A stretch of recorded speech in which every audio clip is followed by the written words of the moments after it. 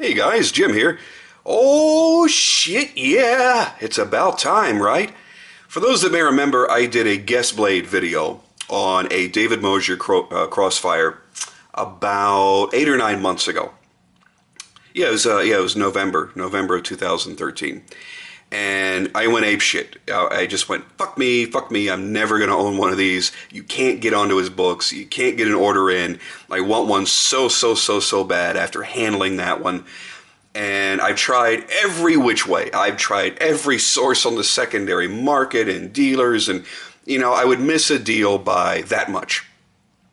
And I was very fortunate to have reached out to David, and David said, okay, at some point, I will put you in. You'll be able to get one at some point. And there was never a promise as to when that could be. And then fast forward to the beginning of June 2014, and I got a chance to meet David at the Blade Show. And I got to tell you, that was one of my highlights of the show. One of the coolest dudes that I met at the entire show. Just a very warm, very welcoming individual. And just a really nice guy. Excuse me. Been doing a lot of talking today. I've made 4 videos today. And I had such a great time just kind of hanging out and bullshitting with him the times that we ran into each other. And the first time we got a chance to see each other, I kind of reminded him, oh, hey, sent you an email a long time ago, and I really still want to get one. And I was standing there with my good buddy Marlon. And he says, you know what? He goes, I'm getting ready to push a couple more out the door. I got a couple that I'm working on. He says, I tell you what, I'm gonna get you in there sometime really soon, and I want to do something special for you. And my buddy Marlon was included in that. It was really awesome. And I didn't know what it was going to be, because the one I had fallen in love with was his original handle design, and it was all done in just a natural color of titanium. And it looked great, so I figured, oh, maybe he'll throw like an anodized clip on there, or a Mokutai clip, or something crazy like that. And I forgot it, there was some mention of color, and I assumed that was going to be in the clip. Then I get an email saying, oh, hey, by the way, do you still want a Crossfire? I said, yeah. And he sent pictures of this. Completely different machining in the handle, completely different design. As of right now, only 2 of these exist, mine and my friend Marlon's. But there are going to be more made for the future. And this crazy bronze. Now, I'm not a real bronze guy. I've got 4 or 5 bronze knives in my collection, and I'm pretty much done on that. But his bronze is something wonderfully different. It goes from a deep, dark, antique bronze to this vivid, almost burgundy color as the light dances across it. It is absolutely sexy. Then he did something special with the blade here, and it's going to be hard for me to replicate in my lighting here, but the two-tone blade has almost a tiger stripe pattern coming through this bronze work that he did on the flats. There we go. I think that captures it really well. So the first time I flipped this open, I went apeshit, because it looks so much better than the pictures he sent me. Now, if you're unfamiliar with the Crossfire, let's talk about the Crossfire for a moment in general. And I do would tell you to refer back to the guest blade video. I think it was episode 20 or 21 that I did on the other Crossfire. But what you're looking at here, and it is a little bit deceiving. I'm going to show you some comparisons to help out. It is a 3.5-inch blade, 8 inches overall. But it's a very compact knife. I don't know exactly how he's achieved that. Let me put it up next to a more common 3.5-inch knife, and you'll see what I'm talking about.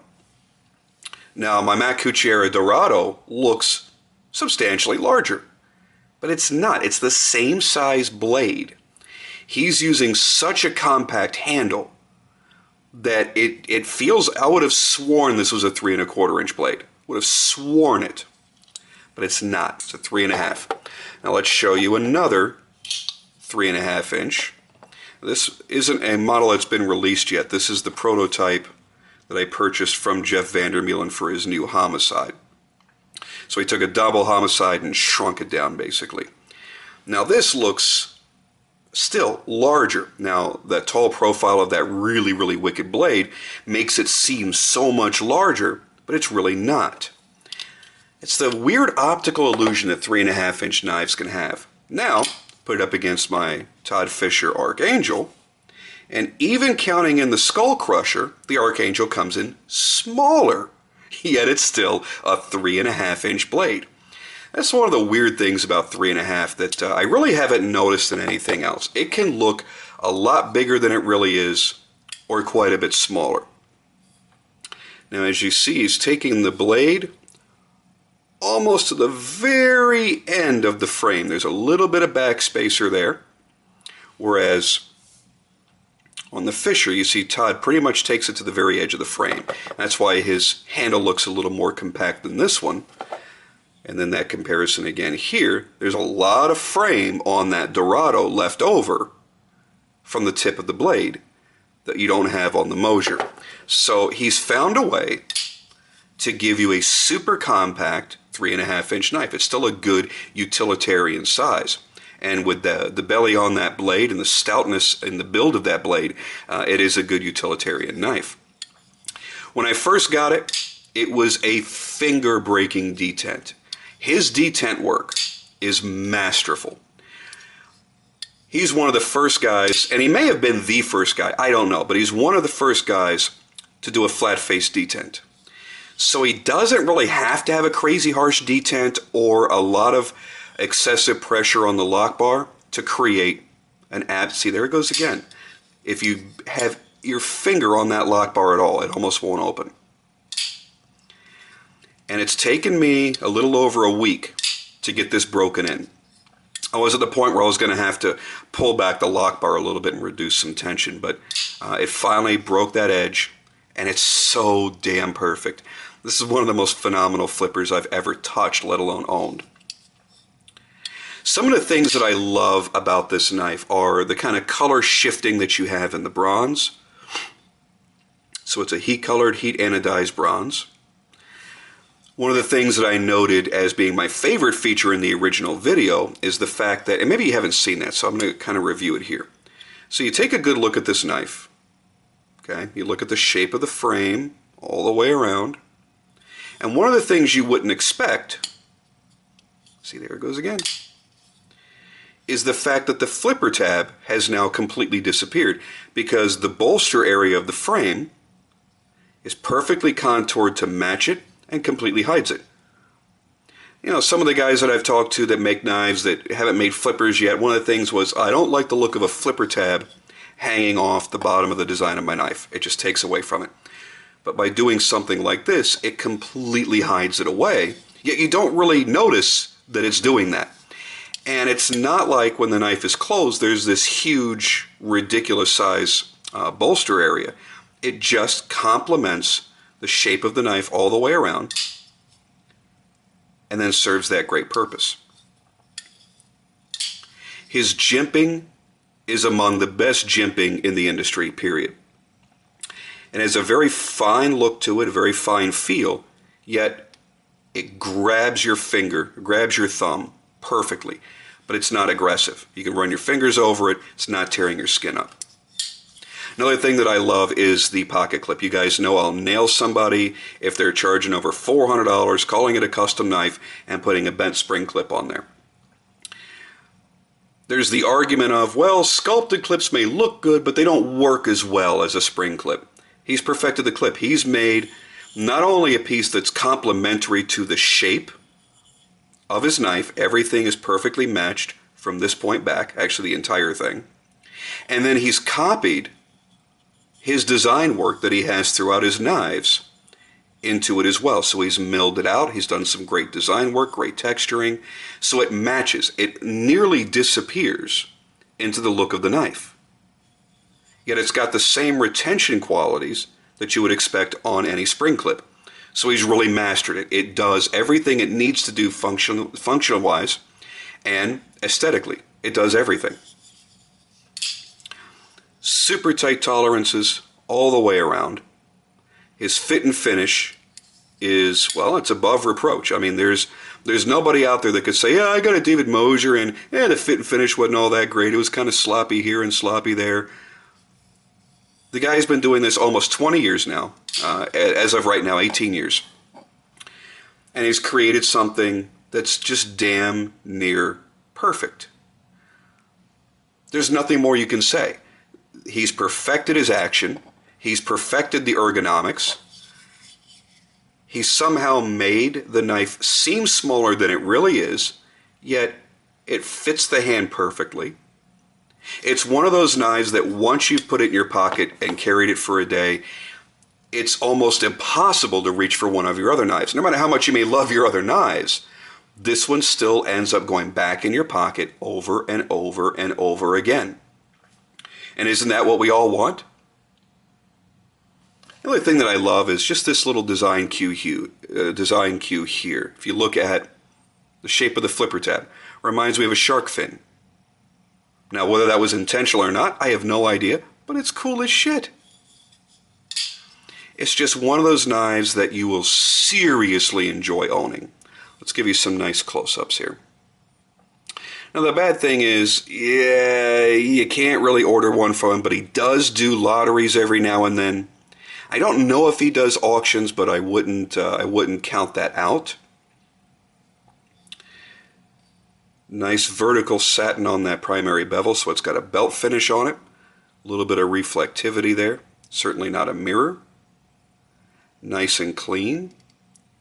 Somebody asked me when I put the initial pictures up on Instagram, they were, oh, it looks like the zero tolerance finishes. No, it's not quite as rough as that. It has that kind of look, but it certainly isn't as rough as a ZT machine finish.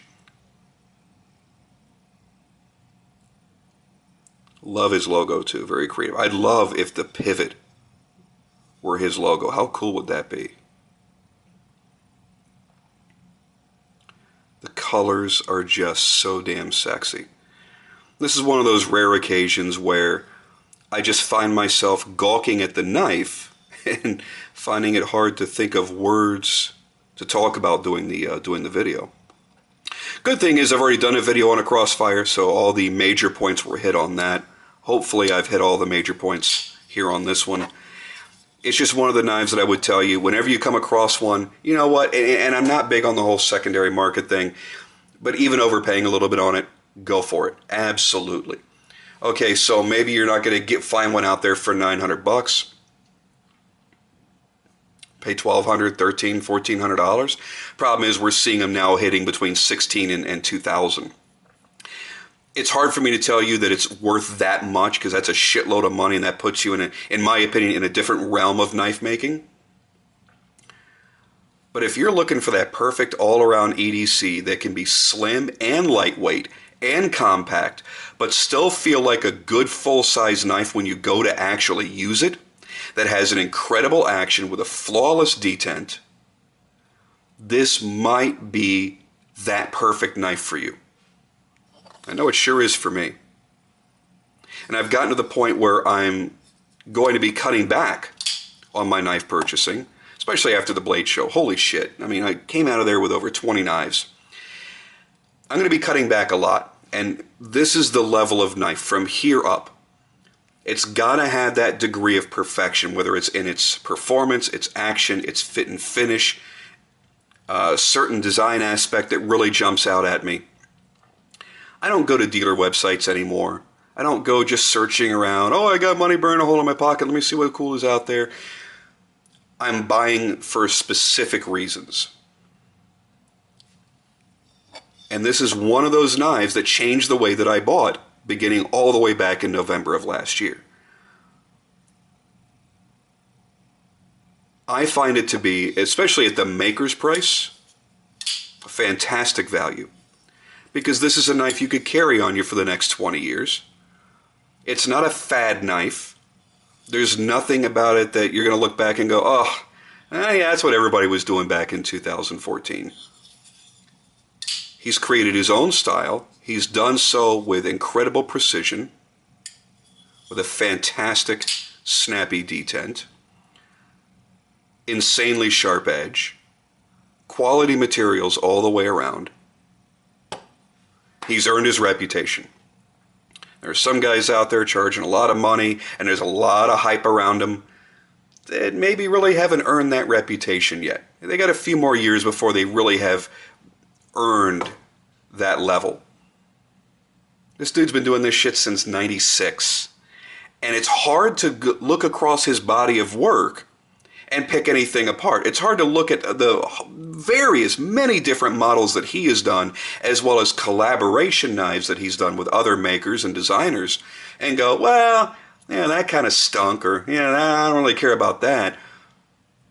Looking at his work, you see the quality, but picking it up and holding it, feeling it in your hands, and working with it is really all that you ever need to do. So I can guarantee this will not be my last Mosier in my collection. It's not easy to get your hands on one, but I am more than happy to go through that struggle a few more times to get a few more in my collection. So there you go, guys. That's just my thoughts on this one. Again, if you want to see a more in-depth kind of thing on this knife, check back in my channel, look at the other video. But I think I pretty much hit all the major points here.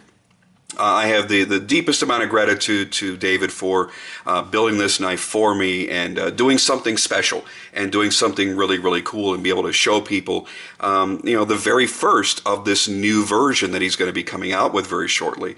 Thank you for the great conversation. Thank you for just being an all-around super guy. And hopefully I get a chance to talk with you again in the future, or at least see you at another show and shake your hand once again.